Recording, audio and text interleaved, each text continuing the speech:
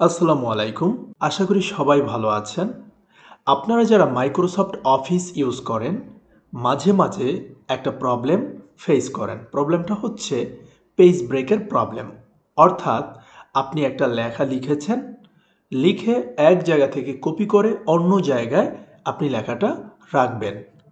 এখন আপনি পেস্ট করলেন, আফটার দ্যাট আপনি দেখলেন এরকম, অর্থাৎ প্রথম পেজের পরে অনেকখানি গ্যাপ।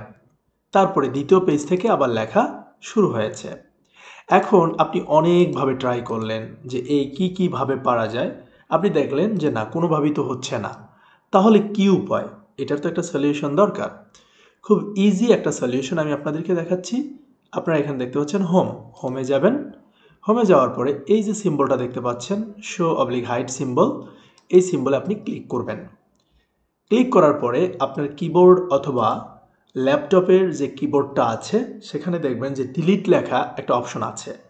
ওইটাতে আপনি ট্যাপ করবেন বা যাই চাপ দিবেন। এখন দেখেন আপনার নিচের যে লেখাটা সব কিছু উপরে চলে আসছে। এখন এই যেগুলো আছে এখানে, এই যে সিম্বলগুলা, এগুলো আমি কিভাবে বাদ দিব? এগুলো বাদ দিবেন, আবার এই হোমে যাবেন। হোমে গিয়ে এই যেই সিম্বলটায় শুরুতে ক্লিক করেছিলেন ওইটায় ক্লিক করবেন। দেখেন সব চলে গেছে। Problem solve. এইভাবে হচ্ছে আপনারা যে কোনো সমস্যা সমাধান করতে পারবেন।